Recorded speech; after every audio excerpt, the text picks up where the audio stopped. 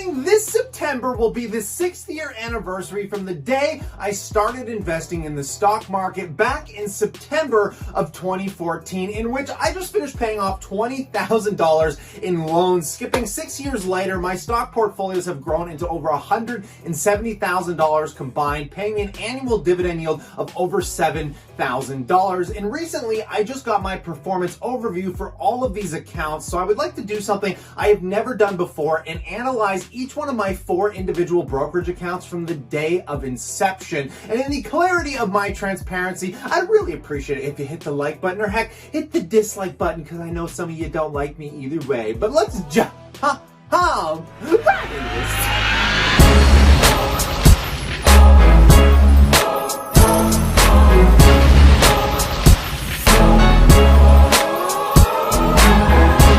Welcome back, my passive income investors alike, to a complete overview of each one of my individual brokerage accounts. And we're going to kick this off with the first account I ever opened, which was not a tax advantaged account. It was just a regular investment account. And this one's been a little jostly over time, which we're going to see because I have been trading stocks in and out of here on quite a regular basis, as I mainly just use it as a holding account. But nonetheless, folks, let's just jump into this because I don't know the actual numbers that have flown through this account because it's been around for so long, but I can hopefully give you some insight by actually looking at the performance against the S&P 500. So what we can see here is this blue line represents the actual account performance, and that little dotted orange line represents the S&P 500, in which, if you are OG to this channel, you'll be well aware that I always tell the story of how I made no money in the market for the first year and 6 months of my entire investing career, which to most people would come off is extremely discouraging and probably turn them off from investing altogether.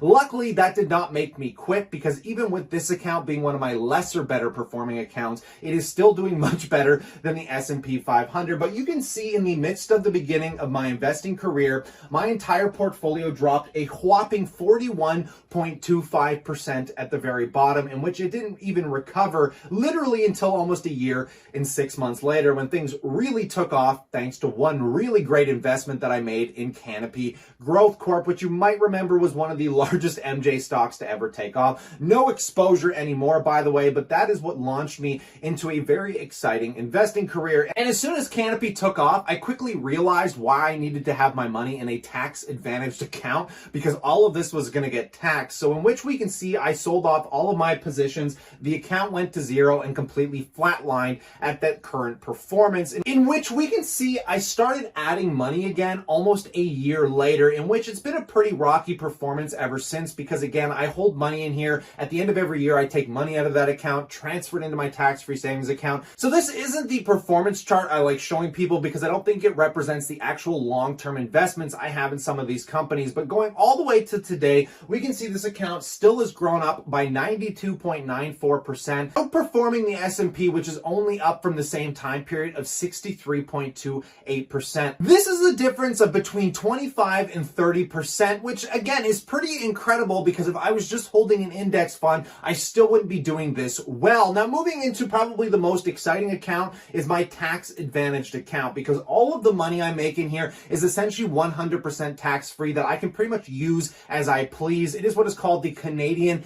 TFSA, the tax-free savings account. And this is where I shifted all of that Canopy money, which we can see this account was created in June of 2017, which was only 3 years ago. And the performance of this account has been outperforming the S&P by a massive scale. We can see the only real companies holding up this account are Apple, Microsoft, Southern Company, and Northland Power. But luckily, the performance of those guys are really outweighing the negatives on my other companies that aren't doing so well in this pandemic, in which we can see the account, ever since it really took off, has been generally flatlining up till as of recent, where I still haven't peaked all-time highs. But in the same notion here, guys, this account is up 93.5%. The reason I wanted to break down each individual brokerage account was to show you guys the performance on each of these accounts' own individual level. And this account has almost doubled in under 3 years, which is just mind-blowing, considering in the same time period, the S&P 500 would have only been up 35.63%. So yes, even though I do have some lackluster performance, we are still slaughtering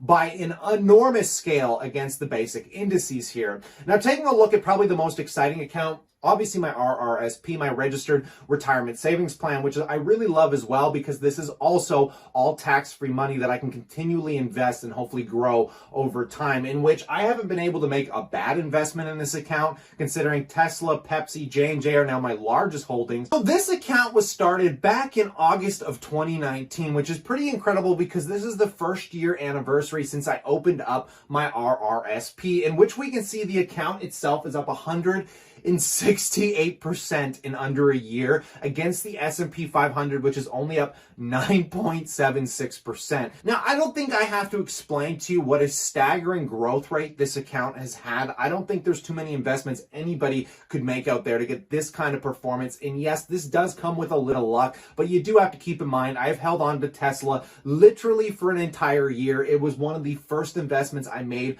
when I opened up this account. So I'm definitely not complaining by any means. And then finally, let's take a look at the by far newest account that I've started that is doing the worst out of all of these, is my Royal Bank account. Now, this one has been a bit of a tricky game for me as I've been shuffling stocks around left, right, and center as of late, it would seem. But taking a look, my largest holding in this account is Ryokan. So really, until Ryokan decides to have some better performance, this account is probably going to lackluster at best. Now, the only other stock I have in here is obviously Facebook, which I'm hoping is going to drive the performance up over time. And we actually jump into this account itself, guys. Now, I don't like Royal Bank's performance overview, but luckily we can still see the basic benchmark, which is kind of the same colors. We can see the orange line represents the S&P 500 against this account, which I opened back in September of 2019. So this one is also coming up to its first year anniversary, in which the performance has just been not abysmal considering we are in a pandemic. But just taking a look here, guys, the account at the bottom was down just around 9%, where it sits today, only down just over 2%.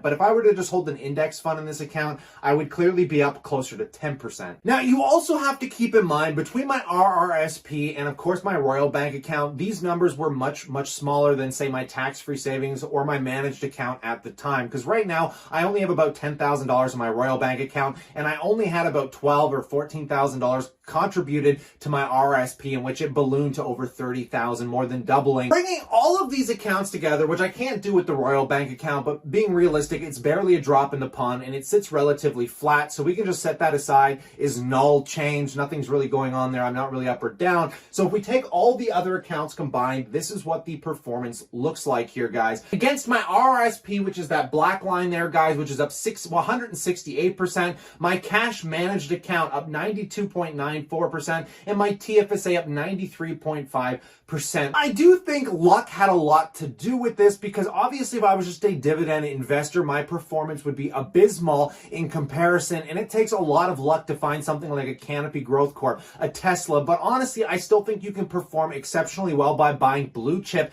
great growth companies, things like Apple, Amazon, Microsoft, Facebook. And a lot of people are like, they're too expensive, they're too overvalued today. But if you have no exposure, I'm always going to tell you guys that you need to dip your toes in, and if they drop, cost average down, because that's all I have been, is a cost average dividend and slightly growth investor, in which we can see to date that 35% of my entire portfolio is made up of growth stocks. On my financial independence retire early journey, I'm trying to get to my goal of about $250,000 in the next 2 years, and that is something I will never be able to do just off my working income, because I am not capable right now of making anywhere over $30,000 or $40,000 a year, especially in these pandemic kind of situations. So I have made sure I allocated some capital to get some decent growth out of my portfolio, which is where we're seeing all of this performance. Now, whether that is going to project forward is going to be extremely questionable, but I just don't think companies like Tesla are just going to keep doubling and doubling over the next couple of years. So I'm going to constantly have to be malleable in finding new growth investments, which I'm trying to do with companies like MindMed. But you have to be aware those growth companies don't tend to do a lot